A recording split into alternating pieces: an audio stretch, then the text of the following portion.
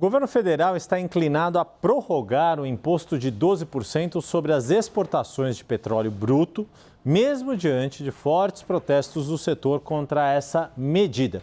De acordo com fontes ouvidas pela CNN, a intenção do governo é esperar que a commodity caia para menos de $80 antes de encerrar as medidas adotadas para mitigar a alta do produto.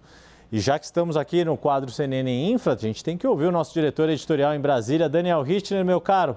Muito boa noite, bem-vindo aqui ao Hora H. O que você nos conta?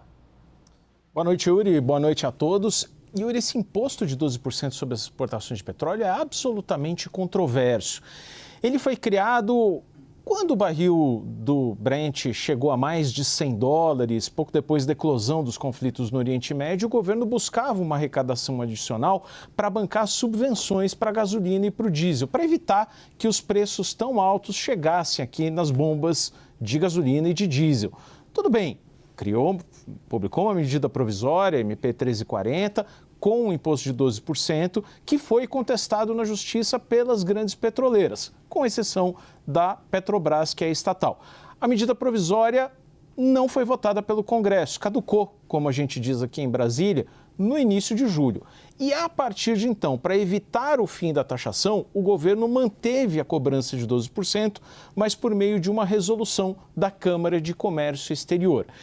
Isso passou a ser ainda mais contestado pelas petroleiras, que dizem, olha, se já havia dificuldades no mérito ali dessa questão, agora é com a forma, porque imposto arrecadatório, que as empresas entendem que é o caso, não pode dispensar lei ou medida provisória. O governo diz que não é arrecadatório, que é regulatória, para garantir o abastecimento interno, no que as petroleiras rebatem. Alto lá, a capacidade de refino no Brasil já está completamente no limite. Muito bem, a resolução da Camex termina no iniciozinho de setembro.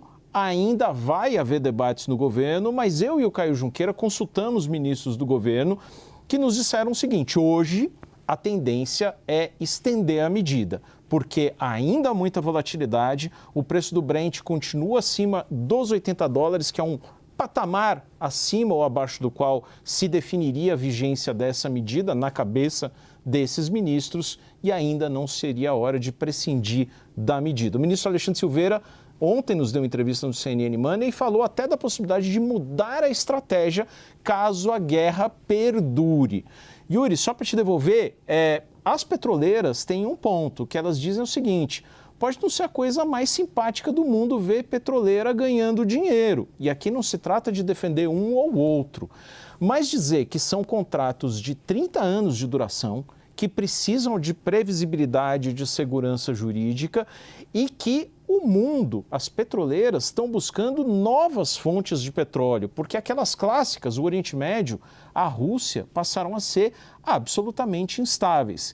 E quem está competindo hoje por investimentos em petróleo, o pessoal da margem equatorial, Guiana, Suriname, da África, Namíbia e Angola, está com políticas mais receptivas ao investimento estrangeiro. Até a Venezuela, depois da queda de Nicolás Maduro. Portanto, se o Brasil continuar com um ambiente instável, pode perder uma parte, pelo menos, desses investimentos e ficar pior nessa grande competição global por mais petróleo, mais exploração aqui no nosso país.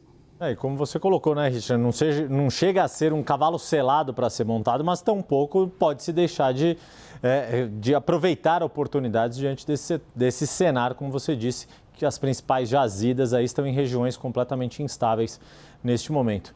Meu amigo Daniel Richtner, muito obrigado, meu caro, uma boa noite para você.